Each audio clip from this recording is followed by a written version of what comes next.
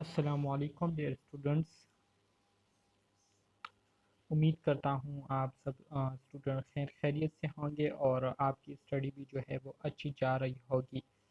تو آج جو ہے ہم یونٹ نمبر 10 کو سٹارٹ کریں گے، جو کہ ہمارے ساتھ سٹافنگ ہے۔ ٹھیک ہے، سٹافنگ کسے کہتے ہیں؟ سٹافنگ سے مراد یہ ہے کہ یہ ہمارے ساتھ ایک ایسا عمل ہوتا ہے، ایک ایسا پروسیس ہوتا ہے جس کے ذریعے ہم اپنی آرگنائزیشن کے لیے ہمیں جتنی سٹاف ریکوائرڈ ہوتی ہے، ٹھیک ہے، جتنی ہیومن ریسورسز ہمیں ریکوائرڈ ہوتی ہے، تو اس ریکوائرمنٹ کو جب ہم پورا کرتے ہیں تو اس کو پورا کرنے کے لیے ہم جو پروسیس یوز کرتے ہیں، ٹھیک ہے، تو اس پروسیس کو ہم کیا کہتے ہیں؟ سٹافنگ کہتے ہیں۔ ٹھیک ہے، جس میں ہم سب سے پہلے اشتہار دیتے ہیں، اشتہار کے بعد پھر ہم جو ہے پہلی انٹرویو کرتے ہیں، پہلی انٹرویو میں ہم ڈیٹا لوگوں سے لیتے ہیں، اس کے بعد پھر ہم اس کو اینالائز کر کے پھر دوسری ڈیٹا لیتے ہیں، دوسری انٹرویو کرتے ہیں، دوسری انٹرویو کے بعد پھر آخر میں ہم شارٹ لسٹڈ جو امپلائز ہوتے ہیں یا جو کینڈیڈیٹس ہوتے ہیں ان کو ہم کیا کرتے ہیں؟ شارٹ لسٹ کرتے ہیں۔ تو یہ پورا جو پروسیس ہوتا ہے جس میں ہم کیا کرتے ہیں؟ اپنے جو کینڈیڈیٹس ہوتے ہیں ان کو بھرتی کراتے ہیں، اس پورے پروسیس کو ہم کیا کہتے ہیں؟ سٹافنگ کہتے ہیں۔ ٹھیک ہے، تو اس کو ہم سٹارٹ کرتے ہیں۔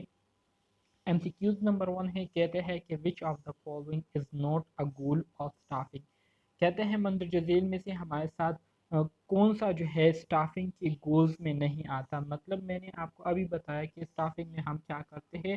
کینڈیڈیٹس کو جو جاب سیکر ہوتے ہیں، جن کو جاب کی ضرورت ہوتی ہے، تو ان کو ہم کیا کرتے ہیں؟ ان کو ہم ہائر کرتے ہیں، ٹھیک ہے، اور ان سے ہم انٹرویو وغیرہ لیتے ہیں، اس کے بعد پھر ہم ان کو ہائر کرتے ہیں۔ تو یہ ہمارے ساتھ سٹافنگ پروسیس ہوتا ہے، ٹھیک ہے، اور اس کا مقصد کیا ہوتا ہے؟ لوگوں کو جاب دلانا، ٹھیک ہے، لوگوں کو ہائر کرنا۔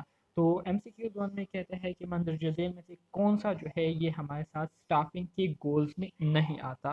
تو decrease employee turnover, employees کی جو ٹرن اوور ہے اس کو ڈیکریز کرنا، یہ ہمارے ساتھ سٹافنگ کے گولز میں نہیں آتا۔ ٹھیک ہے، ٹرن اوور کسے کہتے ہیں؟ ٹرن اوور سے مراد یہ ہے کہ جو امپلائز کام کر رہے ہوتے ہیں تو ان کا کام کرنے کا ان کو کیا ہوتا ہے؟ ان کو معاوضہ ملتا ہے، ٹھیک ہے، تو اس کو ڈیکریز کرنا یہ سٹافنگ کی گولز میں نہیں آتا، مقاصد میں نہیں آتا۔ ٹھیک ہے، اس کے علاوہ جو سٹافنگ کے گولز ہے اس میں پہلے نمبر پر ہمارے ساتھ to hire the best candidate, مطلب سب سے جو تکڑا ہوتا ہو، سب سے جو ایکسپیرینس فل کینڈیڈیٹ ہوتا ہو، اس کو ہم کیا کرتے ہیں؟ اس کو ہم ہائر کرتے ہیں۔ اس کے علاوہ ٹو ریٹین ٹاپ ٹیلنٹڈ، جو کینڈیڈیٹ ٹاپ ہوتے ہیں، ٹیلنٹڈ ہوتے ہیں، ٹھیک ہے، مطلب ٹاپ ٹیلنٹڈ کینڈیڈیٹ ہوتے ہیں تو ان کو ہم اپنے پاس رکھتے ہیں۔ اس کے علاوہ to increase employment, employee engagement, اپنے امپلائز کو انگیج رکھنا، ان کو جو ہے کام میں مصروف رکھنا، یہ سٹافنگ کی گولز میں آتی ہے، جبکہ امپلائی ٹرن اوور کو ڈیکریز کرنا یہ سٹافنگ کی گولز میں نہیں آتا۔ MCQs 2 which of the following is not a classification of staff؟ کہتے ہیں مندرجہ ذیل میں سے ہمارے ساتھ کون سا جو ہے سٹاف کی کلاسیفیکیشن میں نہیں آتا؟ تو فری لانسر جو ہے یہ ہمارے ساتھ سٹاف کی کیٹیگری میں نہیں آتا۔ اس کے علاوہ انٹرنز ہو گئے، پرماننٹ سٹاف ہو گئے، ٹیمپرری سٹاف ہو گئے، یہ ہمارے ساتھ سٹاف کی جو کلاس ہے اس میں آتے ہیں، ٹھیک ہے، تو فری لانسر جو ہے یہ ہمارے ساتھ سٹاف کی کلاس میں نہیں آتے۔ MCQ 3 which of the following is the benefit of effective staffing؟ کہتے ہیں کہ مندرجہ ذیل میں سے ہمارے ساتھ افیکٹو اسٹافنگ کی بینیفٹس کیا ہوتے ہیں؟ افیکٹو اسٹافنگ سے مراد یہ ہے کہ اگر آپ پراپر طریقے سے جو اسٹافنگ پروسیس ہے اس کو کرتے ہیں تو اس کا مطلب یہ ہے کہ آپ پھر کسی قسم کی جو ڈسکریمنیشن ہے، ٹھیک ہے، یا کسی قسم کی جو فیوریٹزم ہے اس کو آپ نہیں کریں گے، اور آپ ایمانداری کے ساتھ جو ٹیلنٹڈ لوگ ہوں گے، جو ٹیلنٹڈ کینڈیڈیٹ ہوں گے، ان کو آپ کیا کریں گے؟ ہائر کریں گے، ان کو آپ موقع دیں گے۔ تو جب آپ ان کو موقع دیں گے تو ظاہری بات ہے جب آپ کے پاس اسٹاف ٹیلنٹڈ ہوگا تو اس کے جو ریزلٹ ہوں گے، اس کے جو آؤٹ کم ہوں گے تو وہ پھر آرگنائزیشن کے لیے بہت زیادہ کیا ہوں گے؟ فروٹفل ہوں گے، بہت زیادہ فائدہ مند ہوں گے۔ تو آٹومیٹیکلی اس سے آرگنائزیشن کی جو پرفارمنس ہے وہ کیا ہوگی؟ امپروو ہوگی، ٹھیک ہے، تو یہ ہمارے ساتھ افیکٹو اسٹافنگ کے بینیفٹس ہوتے ہیں۔ MCQ 4 which of the following is an example of internal staffing؟ Internal staffing سے مراد یہ ہے کہ آپ اپنی آرگنائزیشن کے اندر ہی موجود جو امپلائز ہوتے ہیں